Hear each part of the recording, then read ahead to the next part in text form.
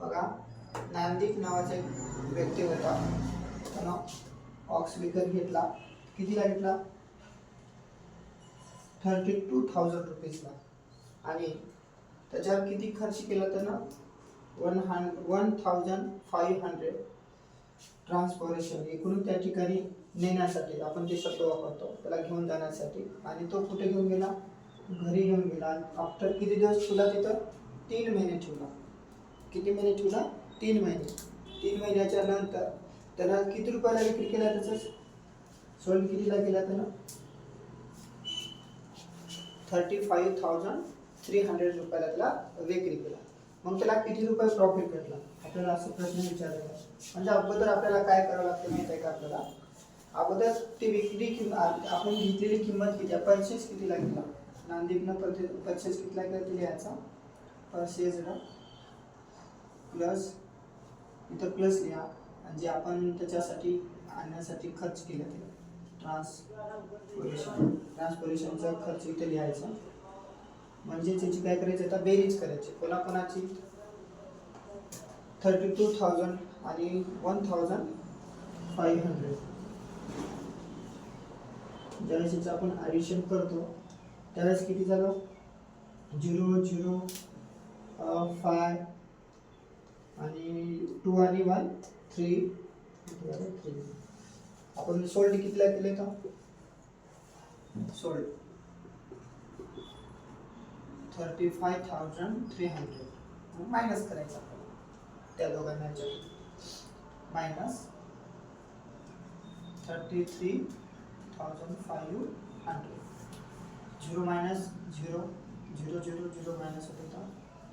13 minus 5, 8, 4, 4 minus 3, 1, 3 minus 3, 0.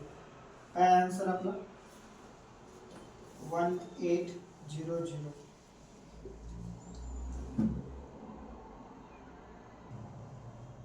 Okay. या ठिकाणी आपल्याला टोटल नोटबुक किती दिलेले आहेत?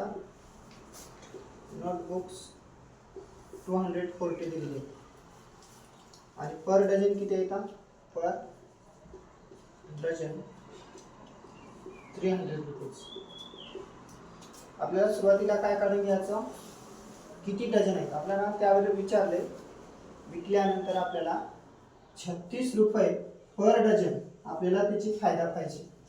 तर प्रॉफिट किती रुपये? बघा, व्हॉट इज द प्रॉफिट आपल्याला विचारलेलं आहे. म्हणजे एकूण प्रॉफिट किती पाहिजे, किती आहे. तर मला एक सांगा, अगोदर काय करायचं आपल्याला? ही या ठिकाणी आपण 240 जे आहेत 240 हे नोटबुक आहे. आपल्याला त्याला डझनमध्ये आणायचं. त्यासाठी काय करायचं? 1 डझनचं काय करायचं? तर 240 अपॉन किती घ्यायचं? 12. 100 म्हणल्यानंतर किती येतात? 12 येतात. 12 म्हणजे 12 म्हणजे आपल्याला 1 डझनची टोटल, सॉरी, एकूण किती डझन आहेत बघायचं आपण. काय म्हणायचं इथं? टोटल डझन किती आहेत बघायचं. टोटल म्हणजे आता टोटल डझन किती आले बाबा इथं? 20. एकूण किती येतात? 20. मग आता आपल्या पुढे गणित काय म्हणले? प्रॉफिट घ्यायचं आपल्याला. पर डझनवर किती रुपये प्रॉफिट घ्यायचं आपल्याला? 36 रुपये. मग याला कितीने गुणावं लागेल आपल्याला? 36. म्हणजे 36 ने गुणल्यानंतर एका, आता आपल्याला माहिती आहे आपण ती कितीला घेतलं हे किंमतचा आता इथं काही संबंध येणार नाही. आपल्याला फायदा पाहिजे आणि तिथे दिलेली आहे एवढे रुपये आपल्याला एक्स्ट्रा पाहिजे. मग आपल्याला काय करावं लागेल? इथं 20 इंटू काय करावं लागेल? 36. इथं माहिती आपल्याला 0, किंवा आपल्याला इथून डायरेक्टली करता येते, याची काही अडचण आहे का? आधी 0ला 0 घेऊन द्या. नंतर 36 दोन्ही 72, म्हणजेच किती? 72. म्हणजे प्रॉफिट किती झाला आपल्याला? 720.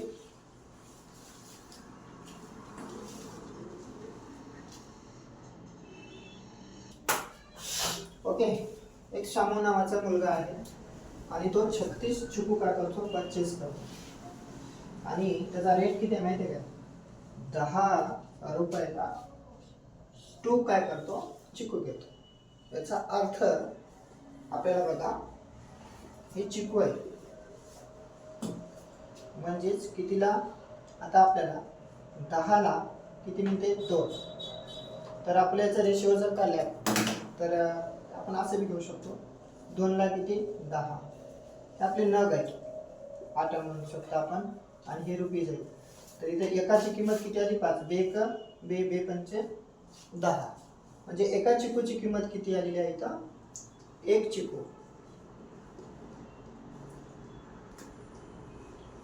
चिकू किती रुपयाला आहे 5. आता इथं बघा पुढं काय म्हणते 24 ला 4 अशा प्रकारे त्यांना काय करतो सोल्व करतो. म्हणजे 24 ला म्हणजे 4 रुपीज 24 रुपीजला 4 असं तो सोल्व करतो. म्हणजे आपल्याला या ठिकाणी काय करायचं डिवायडेड करायचं. मग 1 कितीला पडतं म्हणजेच काय करायचं सोल्डची किंमत किती आली 24 आपण किती घ्यायचं 4 आणि ह्याचं टेबल बनवल्यानंतर म्हणजे 4च्या टेबलमध्ये आपल्याला काय बघायचं 24 आता पाहायचं. तर कितीपर्यंत म्हणावं लागतं आपल्याला 6. म्हणजे आपण परचेस केलं कितीला 5 रुपीजला आणि सोल्ड कितीला केलो आपण 6. तर दोघांचा फरक काढून घेऊ शकतो आपण. तर सोल्ड कितीला झाले बघा दोघांमधला फरक सोल्ड मायनस परचेस असं जर केलं आपण तर 6 - 5 = 1. पण आपल्याकडे टोटल चिकू किती आहे चिकू किती येतं 36. फरक किती यायचा 1. 1 ने मल्टिपल करा 36 याचं उत्तर असं.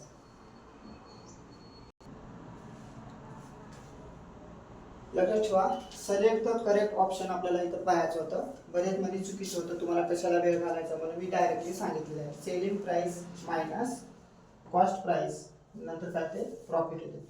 सेलिंग प्राइस जर बिग असेल किंवा लार्जेस्ट असेल किंवा मोठी असेल आणि क्रॉस प्राइस जर लहान असेल तर नेहमी काय असतो तो प्रॉफिट असतो.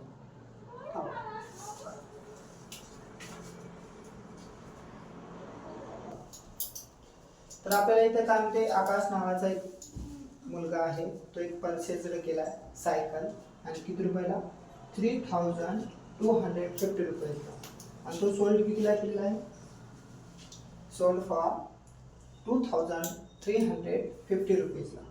आफ्टर अ इयर म्हणजे 1 वर्षानंतर did he make a profit or incur loss म्हणजे नेमकं का प्रॉफिट झाला का लॉस झाला असं आपल्याला म्हणायचं किंवा त्याला सांगायचं त्यानंतर हाऊ मच ते कशा प्रकारे आपल्याला ते बघायचं.